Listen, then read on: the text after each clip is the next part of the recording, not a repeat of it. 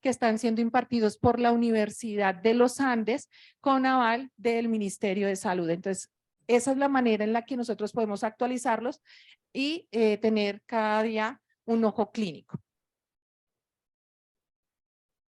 Viene la siguiente pregunta, ¿para qué diagnosticar? Bueno, nosotros como terapeutas necesitamos diagnosticar para poder encontrar una ayuda clínica que nos permita ver el pronóstico, ¿cierto? Trazar un plan de tratamiento y ver los resultados terapéuticos en el paciente, ¿sí? Entonces, aquí hago énfasis en algo y es que cuando viene el paciente a consulta por primera vez, en ese momento es cuando nosotros debemos mirar eh, toda todas las situaciones, es decir, de una manera amplia, cada una de las áreas de vida del paciente, identificar las situaciones límite que está pasando, las situaciones problema que están generando malestar y empezar a sacar nuestras hipótesis sobre lo que posiblemente le está sucediendo. Esto nos permite que en la primera sesión podamos decirle al paciente si es necesario realizar una entrevista mucho más profunda, si es necesario aplicar un instrumento para medir el constructo o los síntomas que está presentando y también trazar ese plan de tratamiento que se daría ya en la segunda consulta de que nos va a decir cómo nos vamos a poner a trabajar o de qué manera lo vamos a hacer, cada cuánto nos vamos a ver en consulta. Por ejemplo, en una EPS nos estamos viendo. En una EPS para llevar el proceso.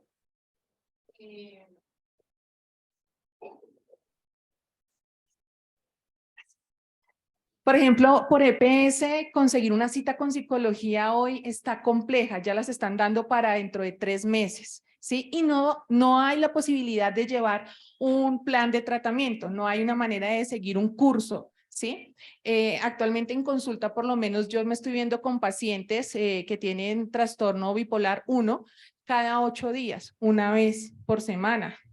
Lo mínimo que se espera es que sea cada 15 días para que ese plan de tratamiento, que tiene un objetivo sesión a sesión, sea lo más breve posible para no hacer o no crear en el paciente dependencia del terapeuta. ¿Sí? Entonces uno le va diciendo, ya te quedan 2 sesiones, ¿cómo así? Entonces es necesario que haya curso seguido y encuentro con el paciente para que rápidamente a través de ese plan de tratamiento se puedan obtener buenos resultados, es decir, que el paciente vuelva a encontrarse con ese sentido de vida o con esos sentidos de vida y pueda continuar con llevando a cabo su proyecto de vida. Hay otra pregunta que sale acá y es, ¿siempre hay que diagnosticar? No. Y así he encontrado muchos casos en donde colegas pasan su vida tratando de diagnosticar a todo el paciente que llega a consulta. Pero muchas veces el paciente solamente viene con un problema de vida, en donde no sabe cómo actuar para poderle dar solución. Entonces es muy importante que si no hay un malestar clínico significativo, pues nos limitemos, ¿no? Sino busquemos darle solución a esa situación, problema que se está presentando y que no es una situación límite. Una situación límite es aquella en la que el paciente se queda sin las herramientas para poder darle solución. ¿En base a qué diagnosticar? Bueno, el diagnóstico final se debe dar en función de la entrevista clínica, descripciones del texto, por eso la importancia de tener nuestro DSM-5 o el CIE-10, conocerlo, ¿cierto? Porque allí están los criterios para dar un correcto juicio clínico aunado a la entrevista o a lo que yo voy indagando con el paciente en su asociación libre o en lo que él me va comentando.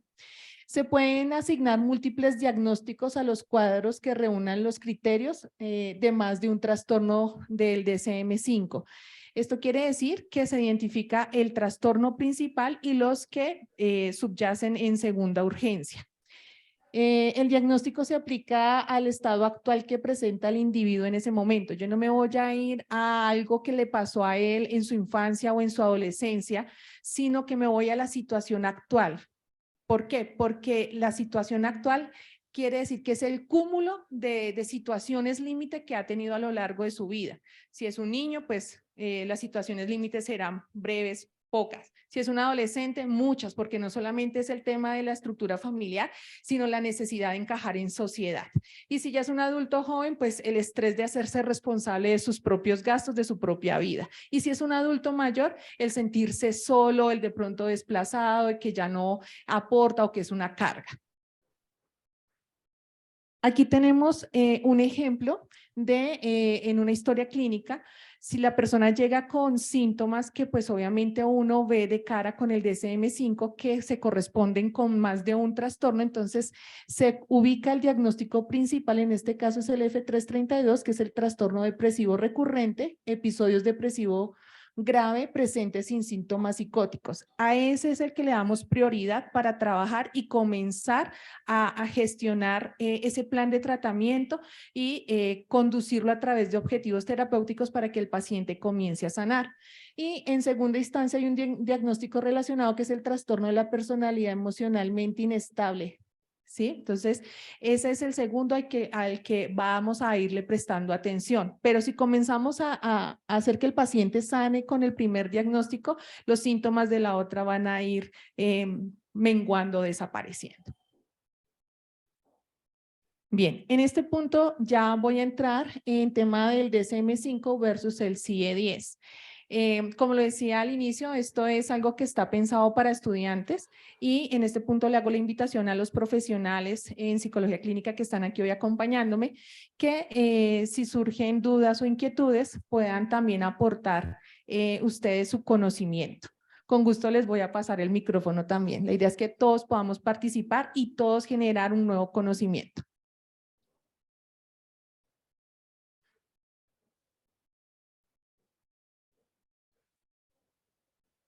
Bien, el CIE-10 es la clasificación internacional de las enfermedades. ¿Cuál es el propósito de este?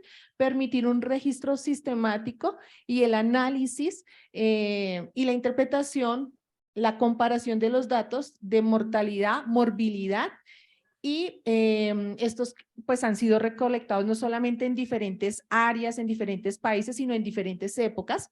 Y también pues su utilidad es convertir los términos diagnósticos de palabras, o sea, los términos diagnósticos de problemas de salud, de palabras a códigos alfanuméricos que nos permitan después recuperar la información. Entonces, los que han ido a médico general verán allá al médico digitando y todo es por código y ya solamente sale y es muy poco lo que se dice de uno, ¿no? Entonces, paciente llega febril, orientado en las 3 esferas, ¿cierto? Entonces, ya todo eso es lo que nos permite simplemente ingresar nuestro documento de identidad en el sistema y nos va a soltar nuestra historia clínica. La estructura básica del CIE-10 pues utiliza códigos alfanuméricos, en la primera posición aparece una letra y en la segunda, tercera y cuarta posición aparece el carácter numérico y el último es decimal. Entonces, este va por lo tanto de la A 00.0 a la Z 99.9. Y los trastornos mentales están ubicados en el capítulo número 5 del CIE-10. Va de la F00 hasta el F99. Por otro lado, el Manual Diagnóstico y Estadístico de los Trastornos Mentales, DSM-5, tiene como objetivo ser la ayuda para los profesionales en salud mental, en el diagnóstico, pues obviamente de los trastornos mentales de los pacientes como parte de la valoración de un caso que permita elaborar un plan de tratamiento. En resumen, es un resumen de los síndromes característicos con los signos y síntomas.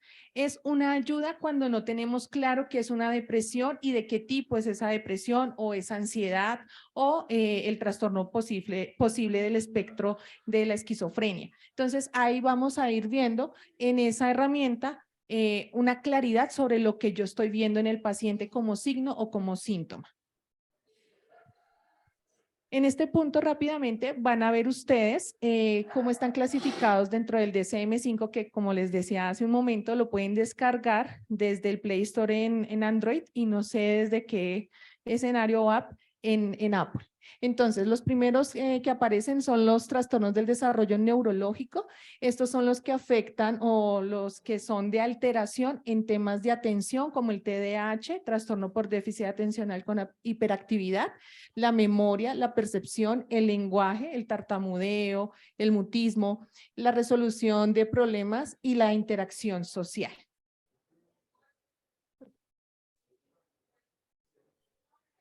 Bien, por otro lado están los del espectro de la esquizofrenia y otros trastornos psicóticos que ustedes pueden ver en pantalla. No voy a, como se dice, a entrar en definiciones porque la idea es que ustedes puedan descargar esa aplicación y la puedan utilizar ahorita para el estudio de caso. Igual, si se generan preguntas o algo, estaremos ahí para poderles colaborar. También están los trastornos bipolar y otros trastornos relacionados, el trastorno bipolar tipo 1, tipo 2 y los trastornos ciclotímicos, que son como los más conocidos de este grupo. Están los trastornos depresivos, está el trastorno de la desregularización destructiva del estado anímico, el trastorno de depresión mayor, los trastornos de ansiedad, en donde conocemos algunos que suenan mucho, que es la fobia específica. ¿Cuántos aquí tienen fobia a las agujas? Fobia a la sangre, fobia a los lugares cerrados, fobia a la oscuridad, fobia a los perros, a las arañitas, fobia a las aves. Yo soy una de las que tiene fobia a todo tipo de aves. Entonces está también el trastorno de pánico, la agorafobia, el trastorno de ansiedad generalizada. Continuamos, Denita. El siguiente grupo que aparece es el trastorno obsesivo compulsivo y los trastornos relacionados a traumas o factores de estrés. Por ejemplo, el más conocido en las Fuerzas Armadas de Colombia es el trastorno por estrés postraumático. Los que han estado en campo de guerra o en concentración o a veces simplemente los entrenamientos detonan este tipo de trastornos.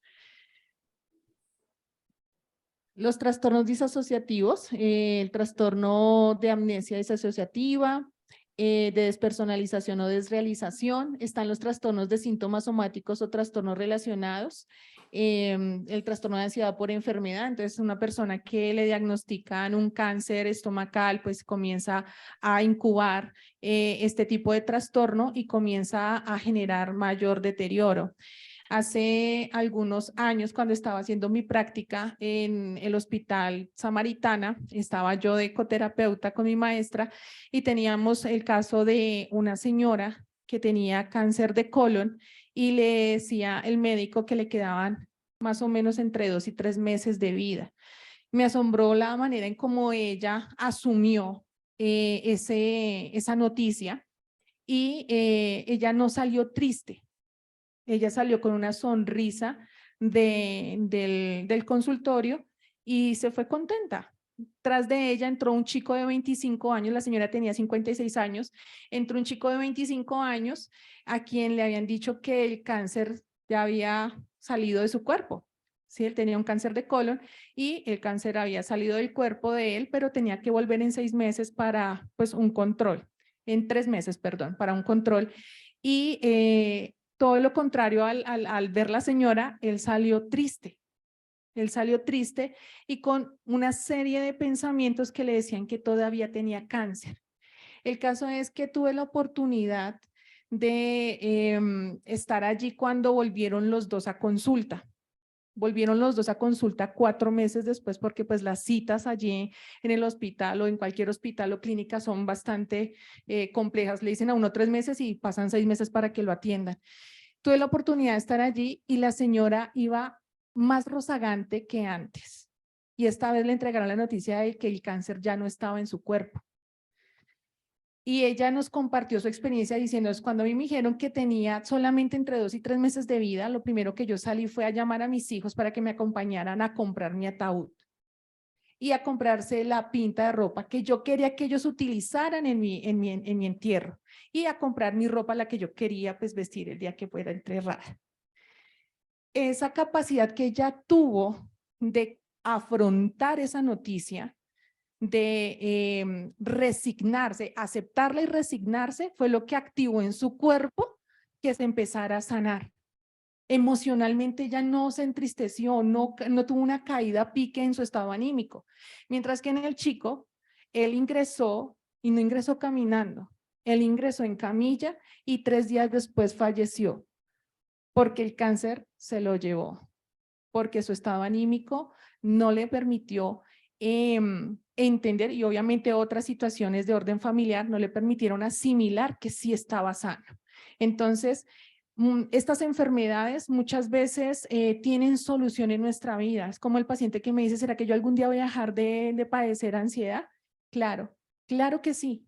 ¿Por qué? Porque es que la ansiedad, la depresión o los trastornos mentales, algunos, no todos, hacen presencia en nuestra vida para decirnos, oye, alto, necesito que te sanes, ¿sí? Todo el mundo dice, tengo ansiedad, ¿y ahora yo qué voy a hacer? No, la ansiedad me está haciendo consciente de que hay un cúmulo de situaciones en mi vida, en mi historia de vida, que yo creí que estaban sanas y resulta que no, que en lugar de formarse en una huella de sentido, es decir, que yo aprendo o tengo una lección de vida allí, se convirtieron en una horrible queloide, cicatriz que se fue creciendo encima, hasta que vino otra herida y la abrió, ¿cierto? Entonces, esos trastornos mentales del ánimo, como la depresión y la ansiedad, hacen su aparición con el objetivo de que nos volvamos a encauzar, no de que nos dejemos morir como el muchacho de la historia. ¿Listo? Están los trastornos alimentarios y de la ingestión de alimentos. Hoy por hoy sigue sucediendo en su mayoría en etapa de la preadolescencia y la adolescencia. En Facatativá hay varios colegios con estos casos.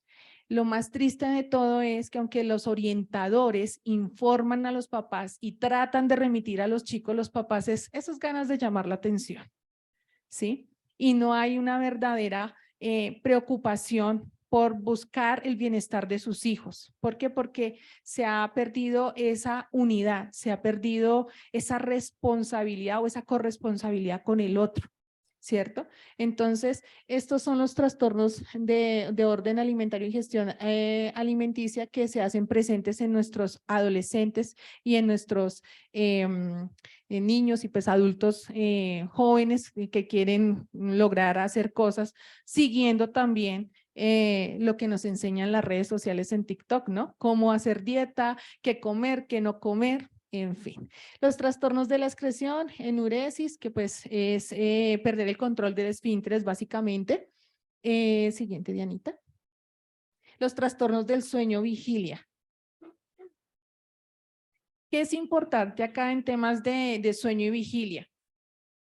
Muchos pacientes me dicen, es que yo soy más activo en la noche y me estoy acostando tipo 12, 1 de la mañana, pero yo me estoy despertando tipo 7, 8 de la mañana. Sí, pueden estar ahí las 6, 7, 8 horas cumpliditas, pero realmente el sueño reparador comienza en el ser humano a partir de las 8:30 de la noche, para que nos estemos despertando a las 5 de la mañana, que es cuando nuestro reloj biológico nos indica que ya es necesario empezar a despertar. Entonces, ¿a cuánto les ha pasado que se acuestan 12 de la noche y dan vueltas en la cama y no logran dormirse? Porque se han autosaboteado ese esquema, ¿sí?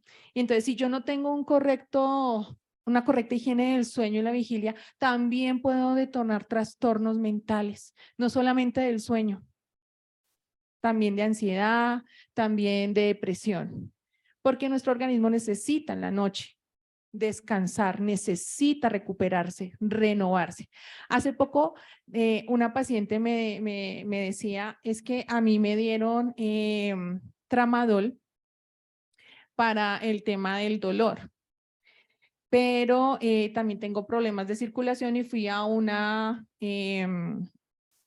tienda naturista y compré unas goticas para poder ayudar a la circulación. Y la señora llega bastante afectada a consulta con borrachera, con ganas de vomitar y decía, no sé si fue que las gotas naturistas me hicieron daño, me dijeron que eran ayunas, pero también tengo que tomar el tramador en ayunas. Entonces yo le decía, ¿a qué hora se tomó su merced las goticas? Me dijo, yo me levanté a las 3 de la mañana para tomármelas en ayunas. Y yo le dije, ¿y a qué horas te tomaste el tramador? El tramador me lo tomé a las 6 de la mañana, pero entre la ingesta de las goticas y la ingesta del tramador, ¿tú sentiste esas náuseas y ese mareo? No. ¿Qué pasa? Que ella interrumpió el proceso digestivo, ¿sí? A las 3 de la mañana todavía nuestro cerebro nos tiene a nosotros profundos y está ocupado de esta zona, de distribuir bien todos los nutrientes y desechar lo que no necesita. Cuando ella se levanta y toma las goticas, lo interrumpe, es decir, que queda como estático y ahí se le quedaron las goticas naturistas, ¿sí? Que tenían un componente que entró, como se dice, en conflicto con las goticas de tramador. Entonces, por ejemplo, si ustedes son de los que se despiertan a las 3 de la mañana, es porque está pidiendo su cuerpo algo de tomar, que debe estar al clima para volver a dormir y continuar con el proceso digestivo. También están las disfunciones sexuales, pues que ustedes pueden ver en pantalla, eyaculación retardada, trastorno eréctil, trastorno orgánico femenino, entre otros, que se pueden llegar a presentar por situaciones en las cuales no hay una buena comunicación con la pareja o que vienen de atrás de situaciones límite, por ejemplo, si han sido víctimas de abuso sexual o si han sido o han tenido experiencias en las cuales han sido expuestos o les han hecho burla de índole sexual. Están también los trastornos de disforia de género, los trastornos destructivos y del control de impulsos y la conducta. Por ejemplo, el trastorno negativista desafiante es el que más se ve, bueno, no es que es el que más se vea, sino que, como les digo, hay muchas personas que están tratando también de ser psicólogos y decir, tu hijo tiene esto, y eso es en los colegios, cuando el niño no hace caso, entonces puede ser, no hace caso de quedarse quieto en un solo lugar, entonces puede ser TDAH, de una vez van diciendo los profesores, los orientadores, o cuando el niño le dice al profesor, pues no lo voy a hacer, entonces ya eso es trastorno negativista por oposición, pero eso requiere de mucho estudio para poder llegar a tales diagnósticos, porque yo he recibido casos de niños o adolescentes con TDAH que han sido mal diagnosticados. Imagínense estar mal diagnosticado unos 5, unos 6, unos 8 años y tomándose una medicación que no, o sea, no le va a servir porque usted no tiene eso. ¿Cierto? Entonces muchas veces hay papitos que yo les digo, antes que llevar a su hijo a psiquiatría o por emergencias, buscando una cita con psicología, asegúrese que sea un psicólogo pediátrico el que lo atienda, no que se lo remitan al psiquiatra. Y tengo casos de hospitales acá en Cundinamarca en donde los niños llegan y el psiquiatra es de adultos. Y debería haber un psiquiatra pediátrico y un psicólogo pediátrico en las unidades de salud mental.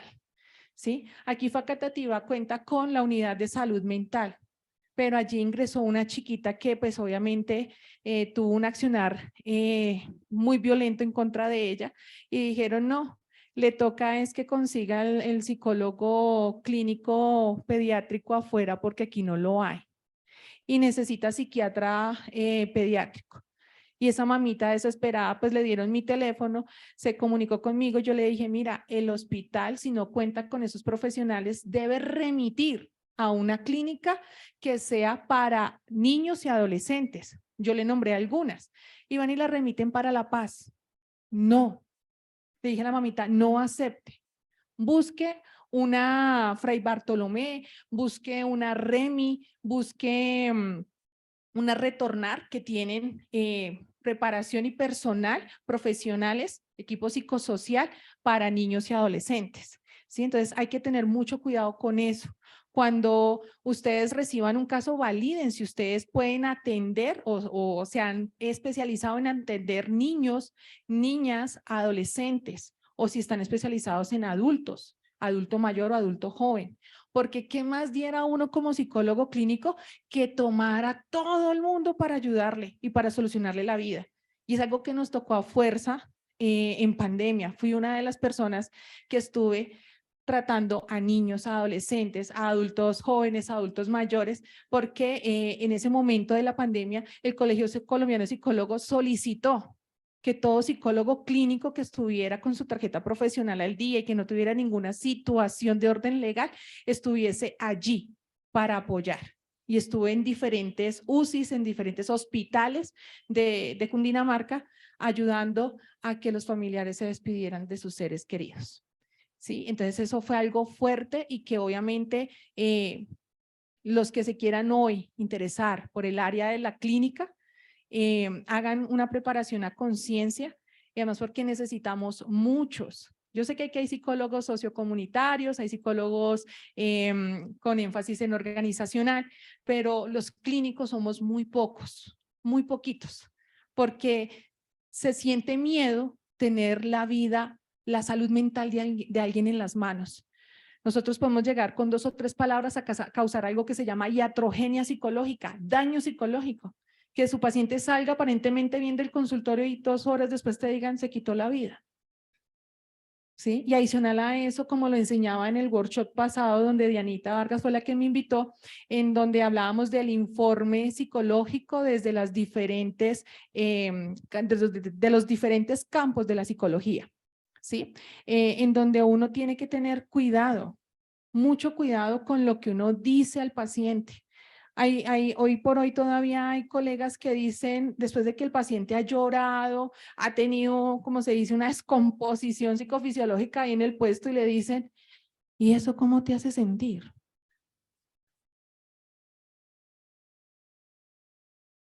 Acaba de ver todo, acaba de escuchar todo y la pregunta es, ¿y eso cómo te hace sentir? ¿Sí? Viene es a que lo contengan, no a que le digan lo que él ya sabe. ¿Cierto? Entonces, todo eso tenemos que tener cuidado. O el psicólogo que es, ¿y por qué? ¿Y por qué? ¿Y por qué? Y no me dejan mentir los profesionales acá, que lo primero que uno le dicen en clase es, no se utiliza la palabra ¿por qué?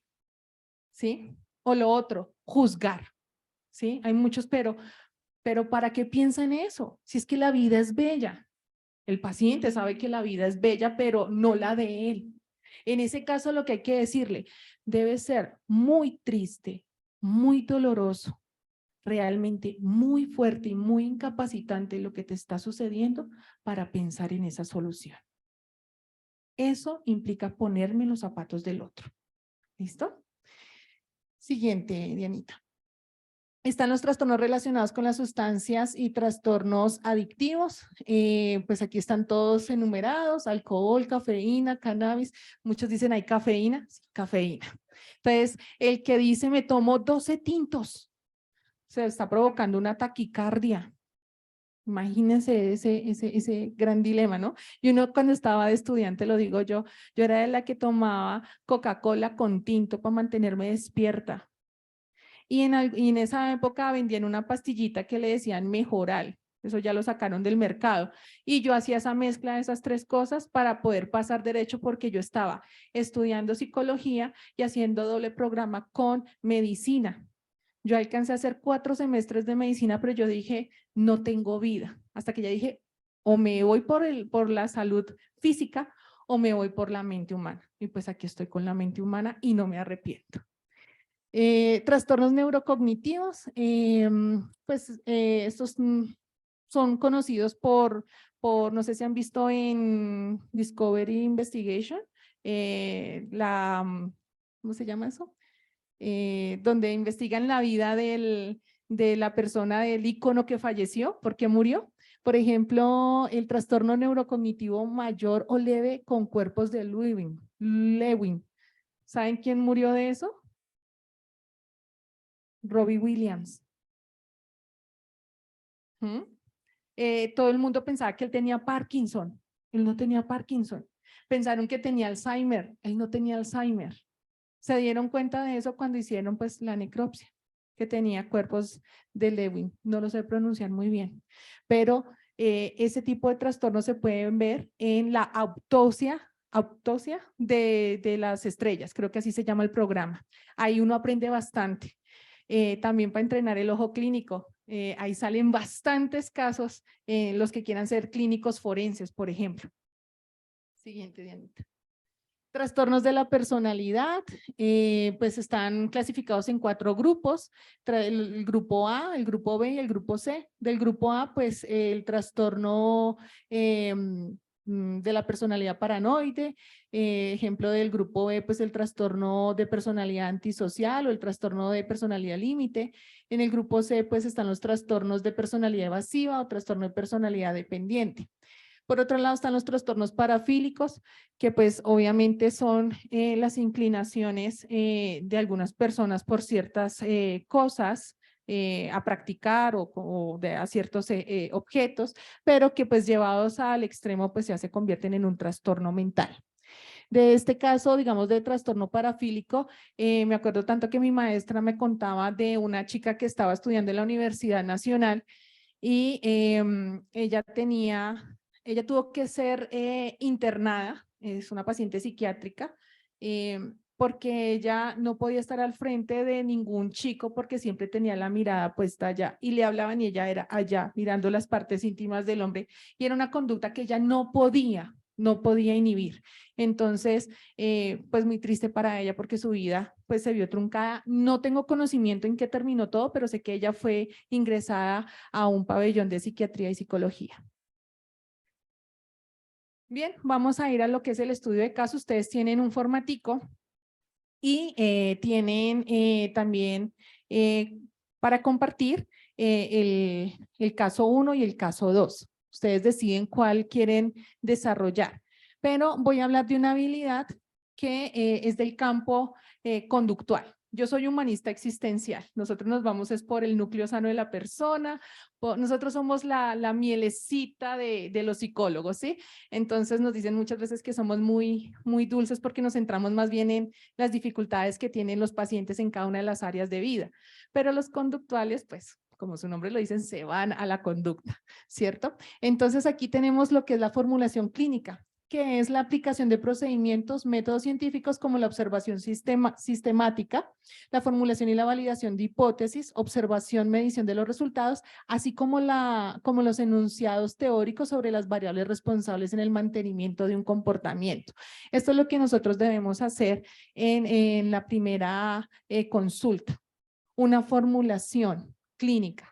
Obviamente esa es extensa, yo no puedo entrar aquí a profundizar, sé que ustedes son estudiantes, pero quiero que intenten hoy de una manera empírica con lo que está teniendo en pantalla para resolver el caso que ustedes elijan. Por ejemplo, de la formulación clínica se utiliza una técnica que es el análisis funcional de la conducta. ¿Qué significa eso? Que mediante este análisis el psicólogo establece las relaciones causales que explican la conducta problema de la persona. Aquí hay un ejemplo, conducta de lavado en un trastorno obsesivo compulsivo. De eso me acabo de acordar de un, ¿cómo se le dice? Lo que pasan en TikTok, bueno, esas grabaciones pequeñitas, esos videos, creo que le dicen, de la persona que va y se acuesta y el cerebro le dice, creo que es Juan, y el mande, si cerraste la estufa, y me da risa porque esa es la representación de lo que es el trastorno obsesivo compulsivo. Para que lo busquen por ahí, se puedan reír un ratico. Entonces, dice que el antecedente en este tema de la conducta de lavado, la persona se siente mal después de tocar un objeto.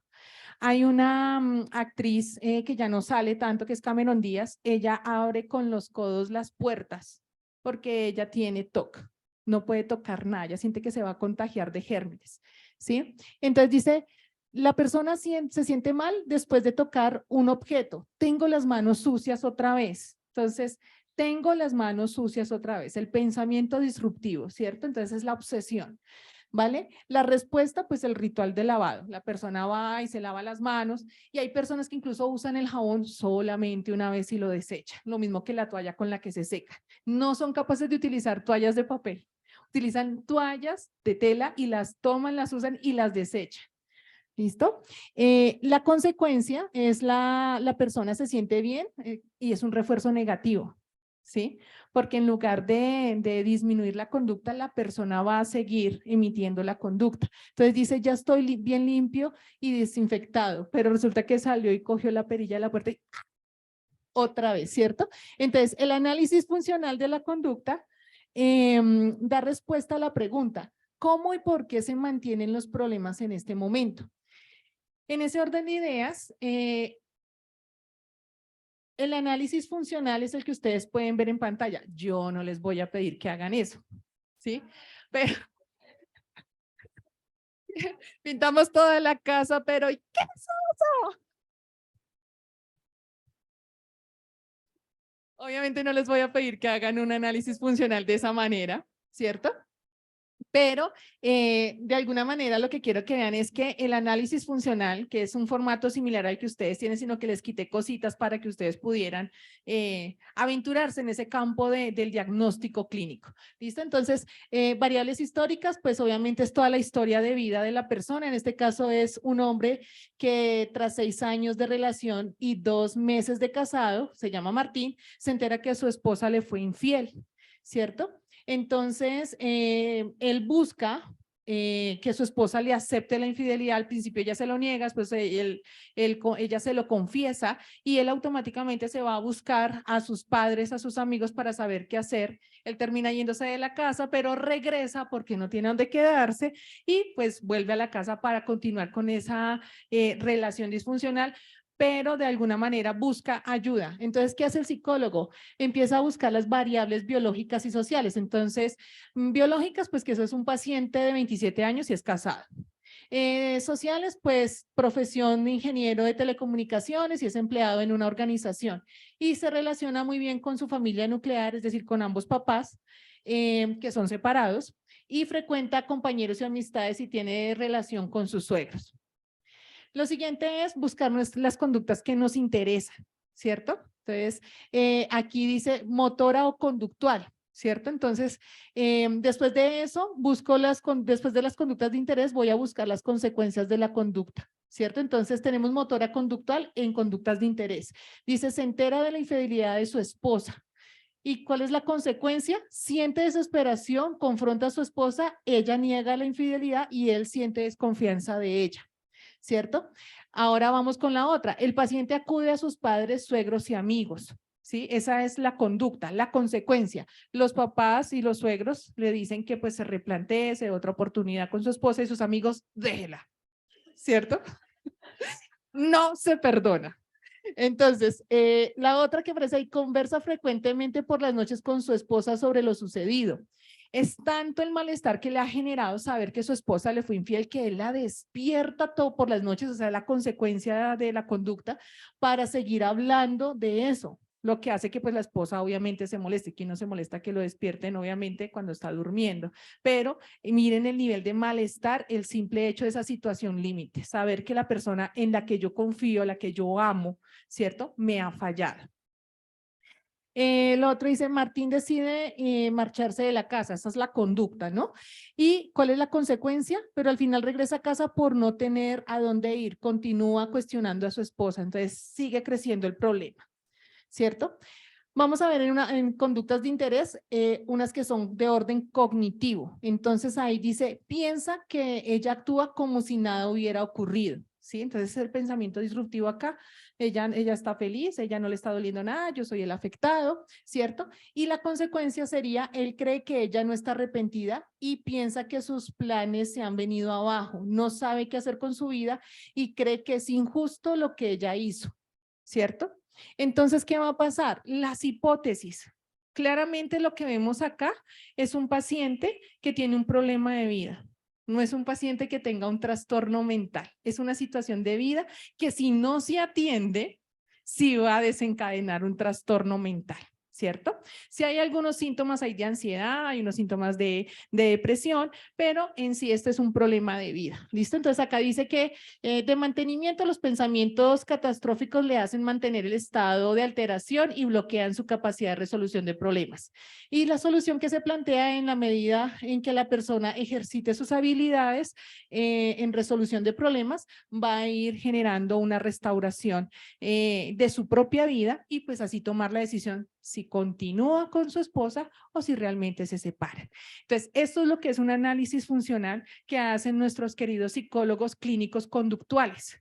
Nosotros los humanistas existenciales nos vamos por otro lado, algo más dulce, pero de igual manera encaminado a encontrar el diagnóstico si hay que hacerlo, la aplicación de pruebas si hay que hacerlas, las entrevistas necesarias que hayan que hacer y sobre todo para poder estructurar un correcto plan de vida.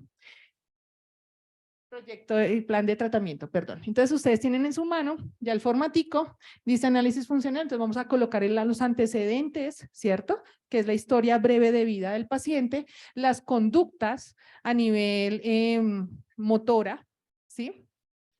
Y vamos a colocar también las que son cognitivas, que son los pensamientos, ¿cierto? Y las fisiológicas o psicofisiológicas, que es cómo reacciona el cuerpo, ¿cierto? Entonces, por ejemplo, él se entera de la infidelidad y él comienza a andar para todo lado, nomás contando la historia, entonces él como que hiperventila, ¿cierto? Esa es la reacción física. Y luego vamos a colocar las consecuencias de las conductas que hemos establecido. Y finalmente vamos a tratar de ver qué posible trastorno mental puede tener el paciente. Entonces, si ustedes ya descargaron el DSM-5, podrán encontrar, de acuerdo a la sintomatología, que nos va a decir el siguiente caso, qué puede tener el paciente.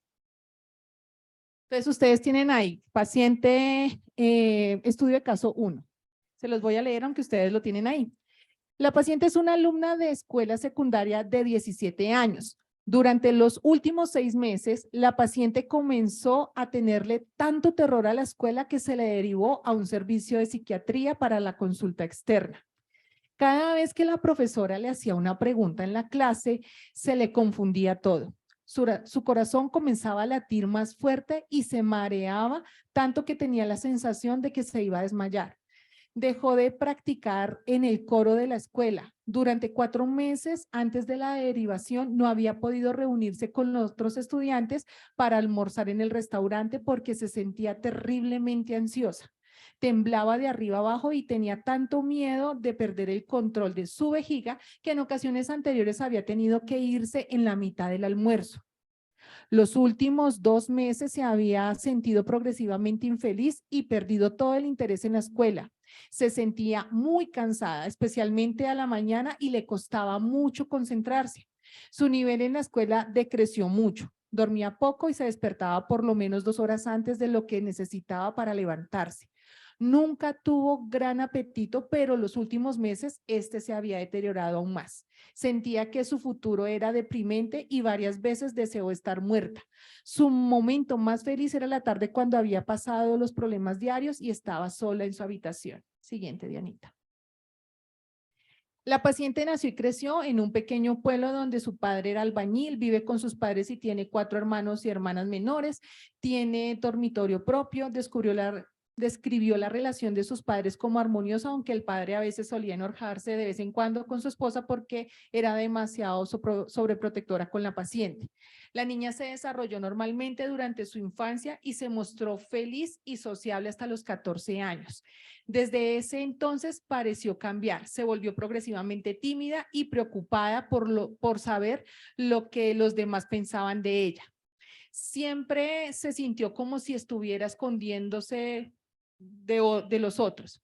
Se sentía inferior, no tenía confianza en sí misma y tenía miedo de actuar de forma rara o tonta. A los 15 años comenzó a asistir a una escuela secundaria en el pueblo vecino y logró resultados razonables hasta 5 meses antes de ser derivada al servicio de consulta externa. Desde el comienzo de la escuela secundaria se sentía incómoda cuando debía estar con otros estudiantes. Nunca pudo hacer amigos íntimos. Siempre fue de pequeña estatura para su edad y nunca comió muy bien. A los 15 años recibió un tratamiento con hormonas porque su menstruación era irregular. De acuerdo pues con la mamá, una de las tías de ella también era muy nerviosa y tímida y fue internada en un servicio psiquiátrico por depresión. Siguiente, Dianita. Esta es la última parte del caso. Dice, la paciente en consulta, ¿sí? En consulta, era de contextura frágil y pequeña. Al principio del examen se sonrojó y estaba tensa, se mostraba tímida y reticente. Más tarde, sin embargo, se volvió más segura y relajada. Impresionaba como anedónica, es decir, desinteresada, ¿cierto? En las memorias que les van a compartir de este workshop, les voy a hacer el envío de un glosario de términos que se utilizan para cada uno de los trastornos, como para que ustedes puedan tenerlo, ¿listo? Impresiona como anedónica, pero no deprimida. No había sentimientos de reproche personal, inhibición psicomotriz, ni signos de pensamiento desordenado o características psicóticas. No se observaron intentos de tomar ventaja. llamar la atención de forma neurótica o tendencia a dramatizar. Admitió que aunque dubitativamente, que sus temores eran excesivos. Esa es la historia de esta chica de secundaria.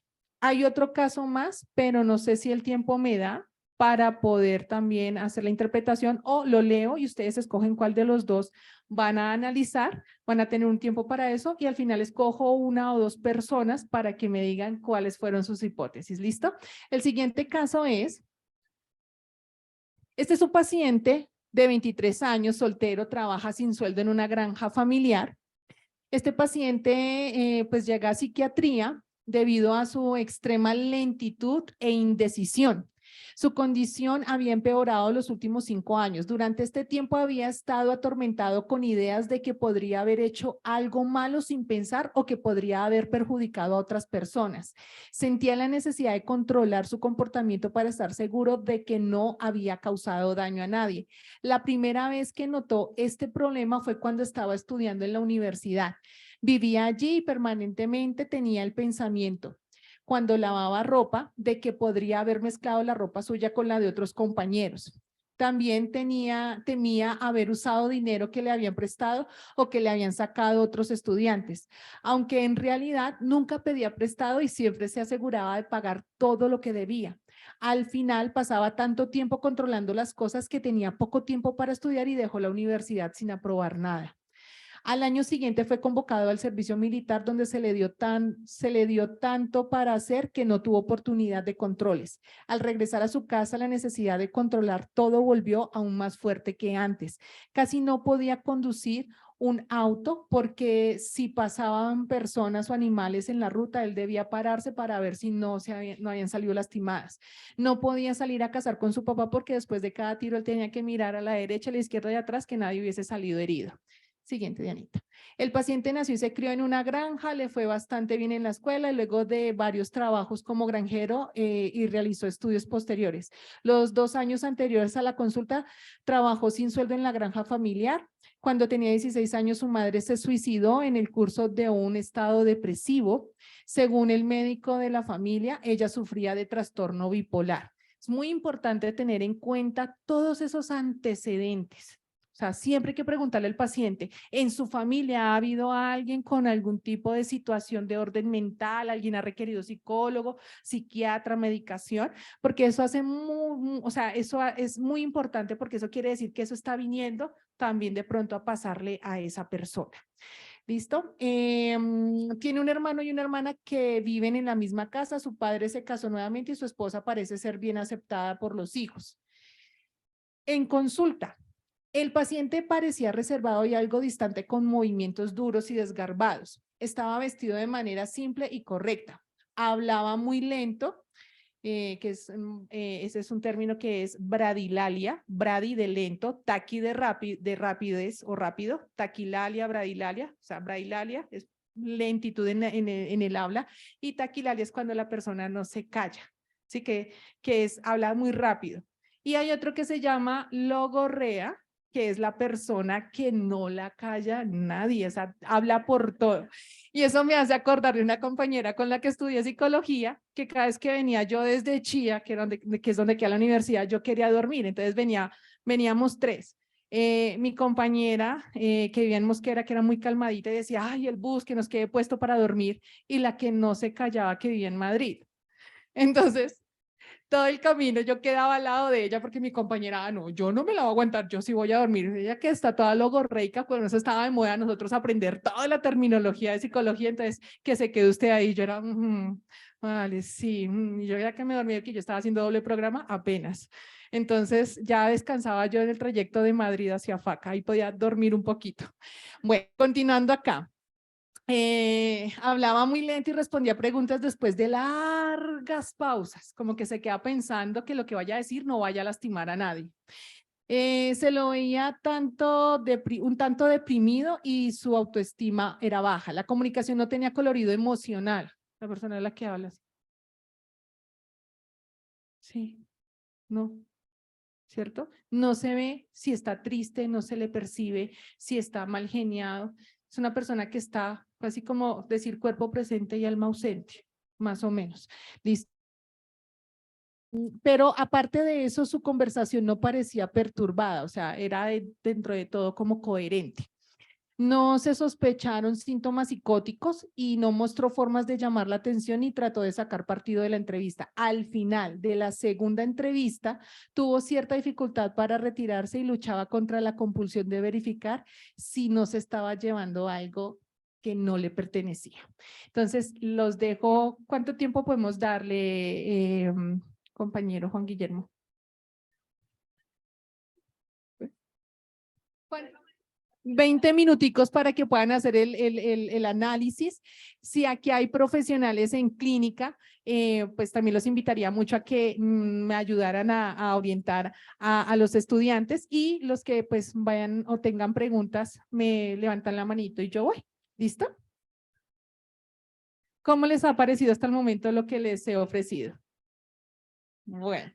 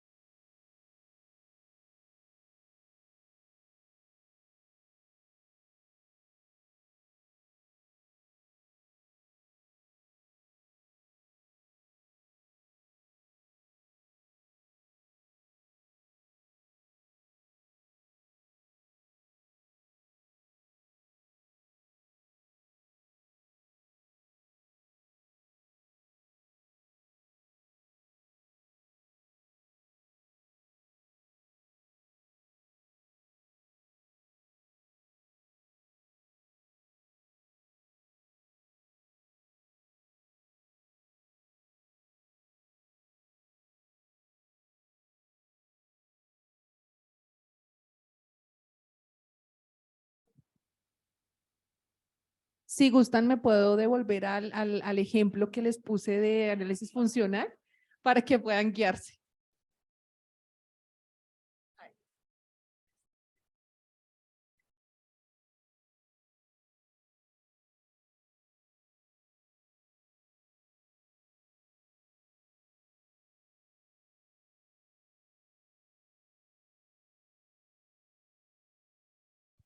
En esta parte vamos a colocar lo más relevante de la historia, del motivo de consulta. ¿Listo?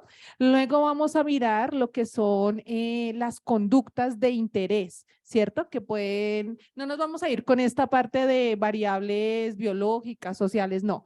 Vamos a saltar a lo que son las conductas de interés a nivel motor, a nivel cognitivo y a nivel de cómo yo me expreso corporalmente. Y a cada una de las conductas que ustedes identifiquen, le van a sacar la consecuencia, ¿cierto? O sea, por ejemplo, el pensamiento del ejemplo anterior del muñequito que les puse ahí, él tenía el pensamiento que sus manos estaban sucias. La conducta de interés, lavarse las manos, ¿cierto? Y la consecuencia, pues que tenía las manos limpias y era un refuerzo negativo. ¿Listo? Entonces, para que lo puedan ir viendo, igual cualquier dudita, yo voy pasando, me levantan la manito y yo voy pasando.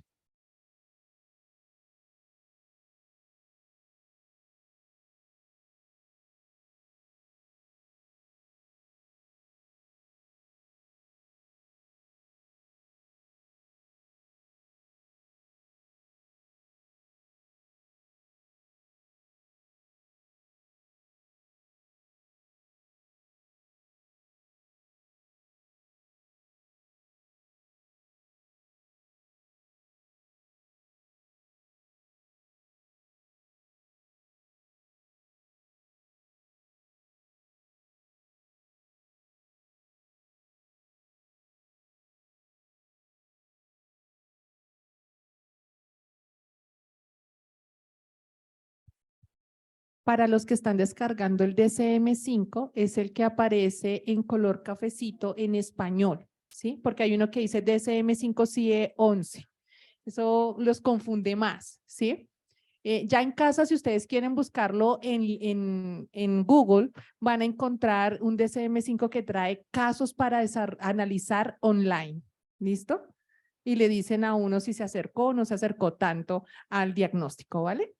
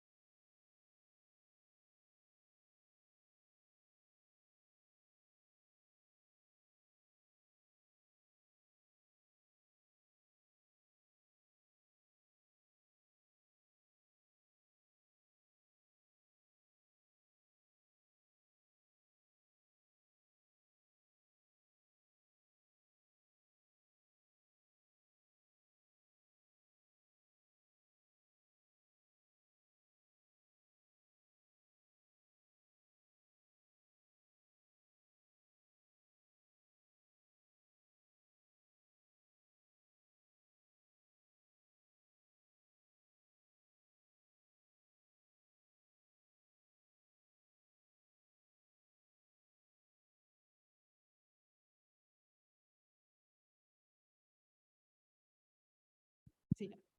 Bueno, se nos ha agotado el tiempo.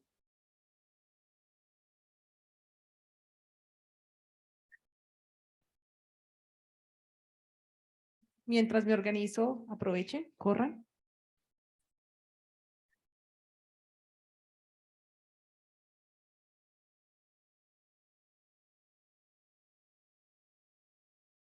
Todavía no.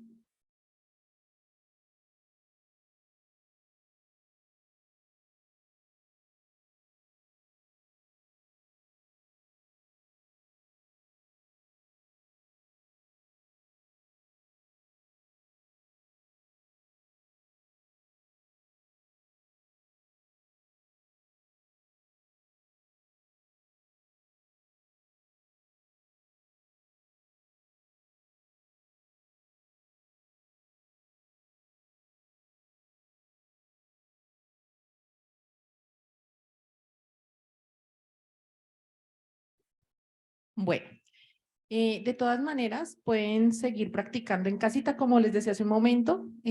Ustedes también pueden buscar en Google em, análisis de caso online, donde ustedes van a ir haciendo, como se dice, el peritaje sobre lo que podría tener ese paciente y ahí mismo les van diciendo si se está acercando o no al diagnóstico. Me gustaría saber cómo les fue y quién se anima a pasar por el caso número 1, que sea valiente. Igual, aquí como lo decimos siempre nosotros los psicólogos cuando evaluamos los pacientes, me dicen, doctora, y lo que responda va a dar una pregunta buena o mala. Aquí no hay preguntas buenas ni malas. Simplemente buscamos es compartir conocimientos. Y cuando nos arriesgamos a compartir lo que creemos nosotros es para nosotros el diagnóstico o las hipótesis de diagnóstico, pues aprendemos todos. ¿Listo?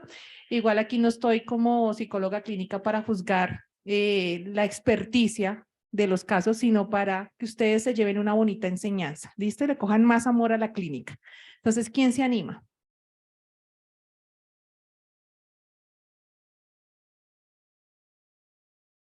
Bueno, ya tenemos una voluntaria. ¿Cuál es tu nombre? Listo. Jessica nos va a hablar del primer caso. Listo. Ella está empezando psicología, pero tiene un corazón de psicóloga ahí que está, mejor dicho, brillando. Entonces, vas a hablarnos de lo que tú encontraste. ¿Listo? Algunos no llegaron a las hipótesis. ¿Cuántos llegaron a las hipótesis? Listo. Ya miramos acá lo que ella identificó y nos vamos con algunos de los que tengan hipótesis del trastorno, ¿listo? O de lo que pues la persona está padeciendo.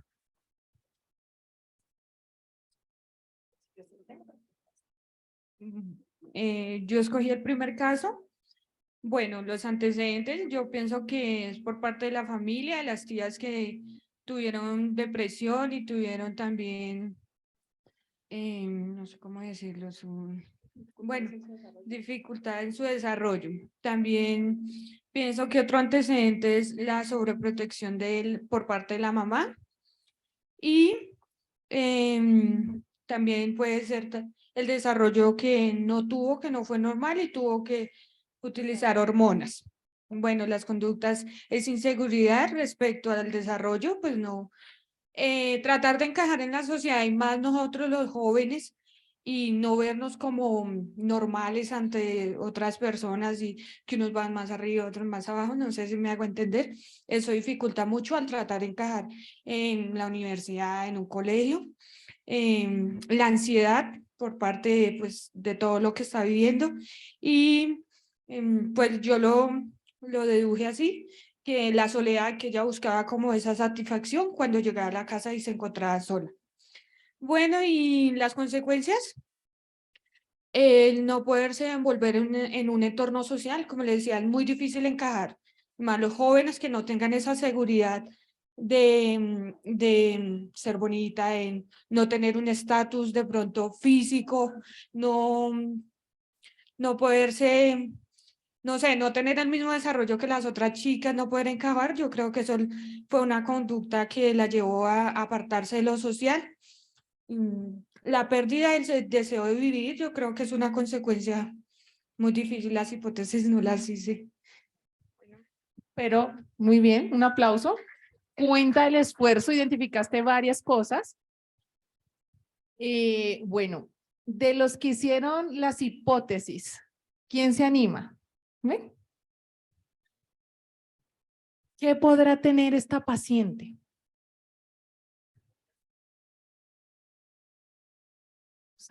Vamos a ver qué han encontrado.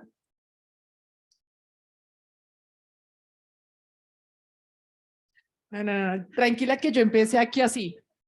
Por eso hice algunos chistes que no fueron tan buenos, pero listo. Compárteme. Están las físicas, que son taticardia, mareo, sensación de desmayo, cansancio y falta de apetito. Y las conductuales o cognitivas, sentimientos de inferioridad, falta de confianza, miedos, depresión, incomodidad a relacionarse con otras personas. ¿Y cuál es tu hipótesis? Trastorno de ansiedad social, fobia social. ¿Cuántos creen que es fobia social? ¿Cuántos creen que es un trastorno de ansiedad generalizado? Listo, muchas gracias. ¿Cuántos creen que es un trastorno de pánico? Bueno, va ganando el trastorno de ansiedad generalizada. Pánico. Listo. Bueno, voy a pedirle a Dianita que se vaya al final, ya te digo, una más. Una más. Listo.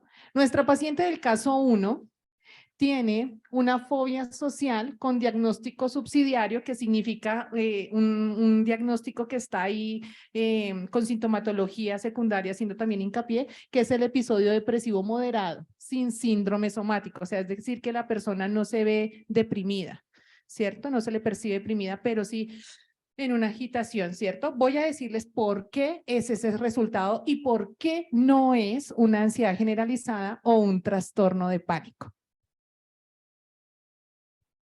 Me toca Judith, porque no me podía memorizar todo.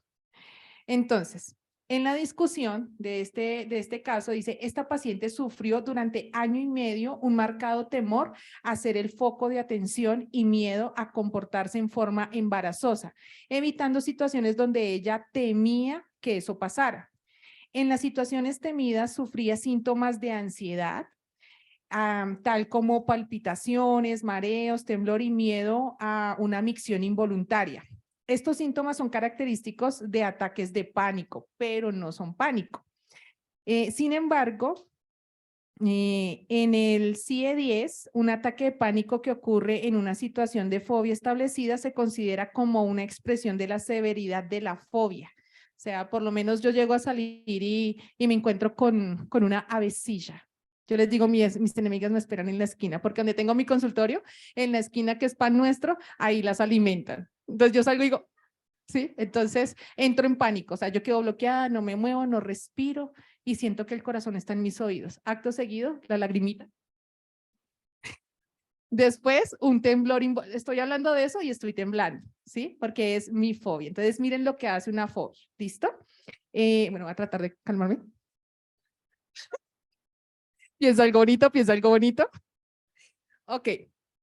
La severidad de la fobia a la que debe dársele precedencia diagnóstica. Los síntomas estaban restringidos a las situaciones temidas. La paciente se sentía desesperada por sus síntomas y reconocía que sus temores no eran razonables.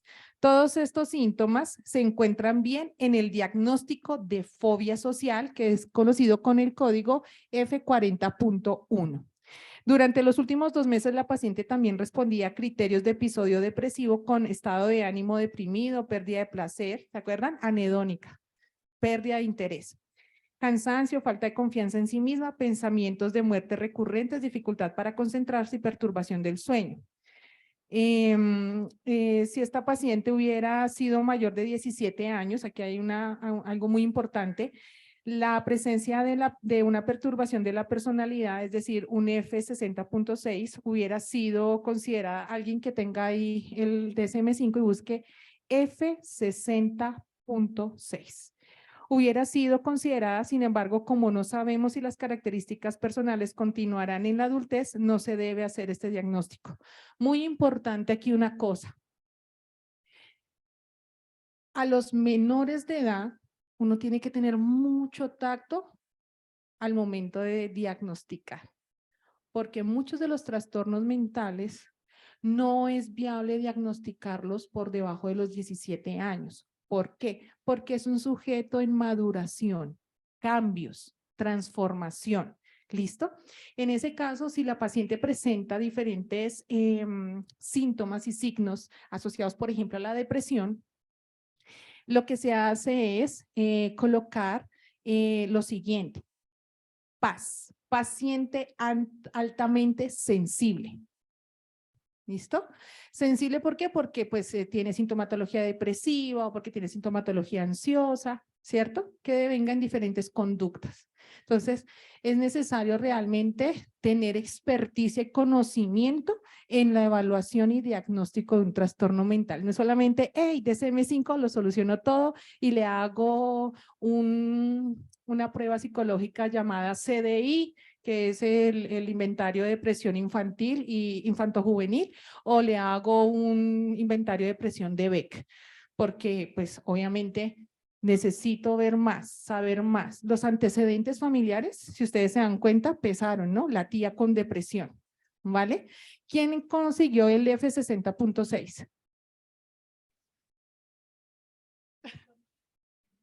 Trastorno de personalidad ansiosa. Entonces, eso es algo de mayor peso que pues obviamente sí se desarrolla dependiendo obviamente de la historia de vida de la persona y la exposición a situaciones límites. Bien, ¿quién me quiere compartir el caso 2? Ven.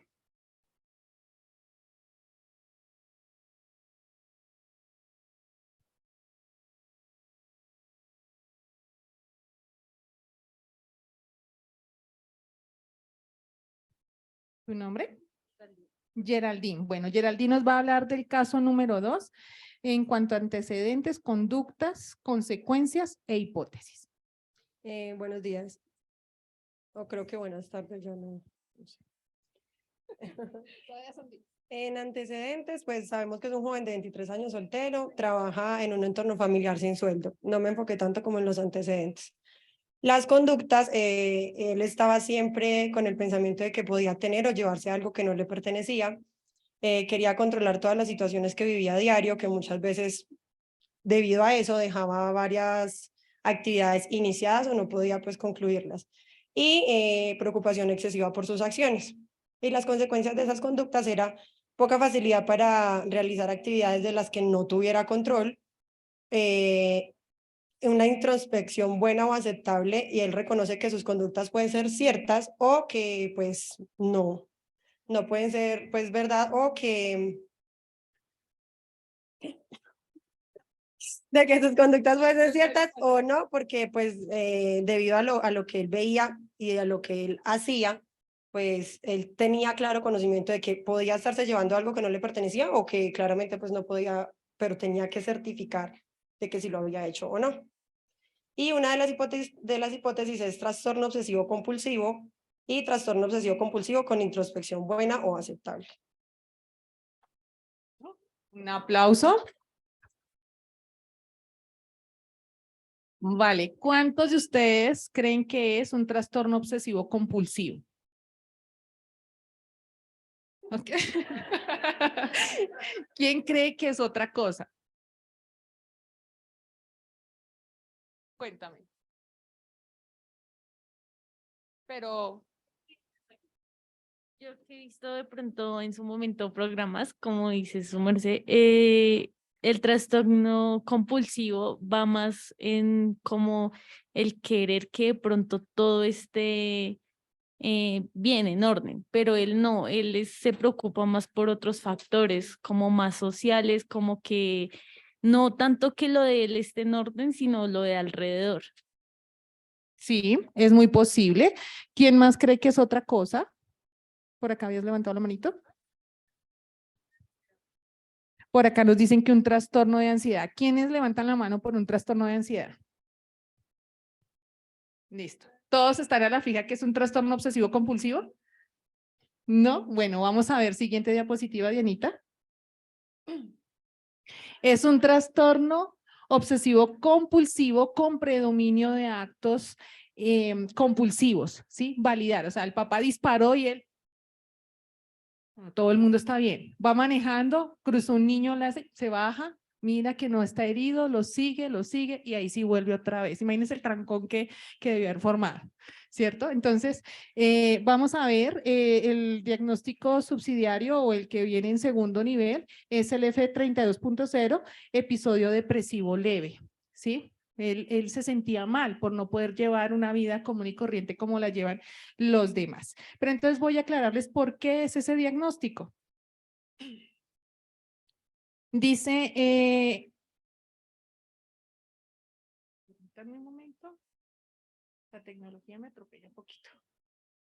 Listo. Acá, los síntomas de este paciente responden a los criterios para trastorno obsesivo compulsivo con la obsesión y compulsiones de larga data. Que se manifiestan de forma repetitiva y desagradable y causan angustia e inferencia con el funcionamiento social e individual. O sea, esto no era solamente, tu aporte estuvo muy bien dado, en donde él se preocupaba por, obviamente, que lo social todos estuvieran bien, pero también había algo individual, la depresión de decir, ¿por qué no puedo estar yo bien? ¿Cierto? Aceptaba que estos síntomas se originaban en su propia mente y que eran ideas excesivas y sin razón. Al comienzo trató de superarlas sin éxito y por último había desistido. Las compulsiones parecen ser predominantes, lo que puede especificarse por el cuarto carácter del código F42.1, trastorno obsesivo compulsivo predominante con actos compulsivos. El trastorno estaba acompañado por estados de ánimo depresivo, cansancio, falta de iniciativa, falta de confianza en sí mismo y disminución de la autoestima, lentitud e hipersomnia, como agotado. ¿Listo? Todos esos conceptos los voy a dar en el glosario que les van a compartir. ¿Listo? Coincidiendo con un episodio depresivo leve, un F32.0. Entonces, ese es el resultado. Espero que les haya gustado este estudio de caso, que se hayan llevado no solamente una experiencia bonita, sino que hayan aprendido algo más.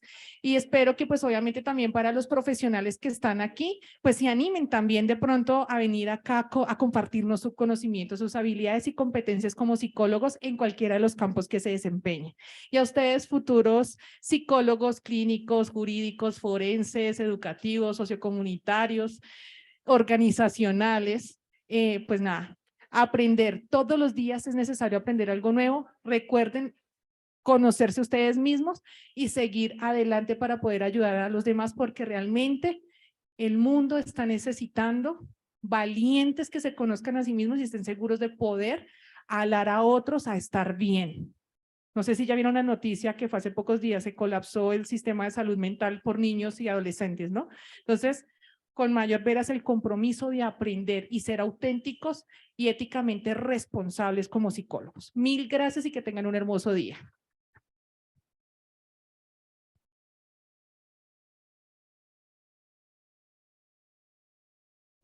Bueno, muchísimas gracias, doctora Mercy, por todo su conocimiento, sus aportes brindados el día de hoy. Esperamos que este espacio haya sido de grandes aprendizajes para ustedes, nuestros futuros psicólogos. Antes de terminar, el docente Juan Guillermo Macías nos va a regalar una información muy importante para ustedes, un evento que va a ser de mucho aporte para todos los psicólogos. Bueno, muchas gracias. Precisamente antes de finalizar, entonces les contamos que desde la Universidad Nacional Abierta y a Distancia se va a realizar el segundo Congreso Internacional de Psicología, Interdisciplinariedad y Transdisciplinariedad en la Praxis Psicosocial y el 12º Simposio Internacional de Psicología Social y Comunitaria, Transformaciones, Retos y Oportunidades. Este simposio se va a realizar los días 18 y 19 de noviembre, es decir, el próximo viernes y sábado, en la ciudad de Villa de Leyva. Igualmente, pues también se realizará de manera virtual. Entonces, para las personas que estén interesadas, a los correos que ustedes ya registraron, les vamos a enviar toda la información, la tabla de costos, las temáticas que se van a abordar, van a haber más de 19 invitados expertos. Entonces, del correo que les vamos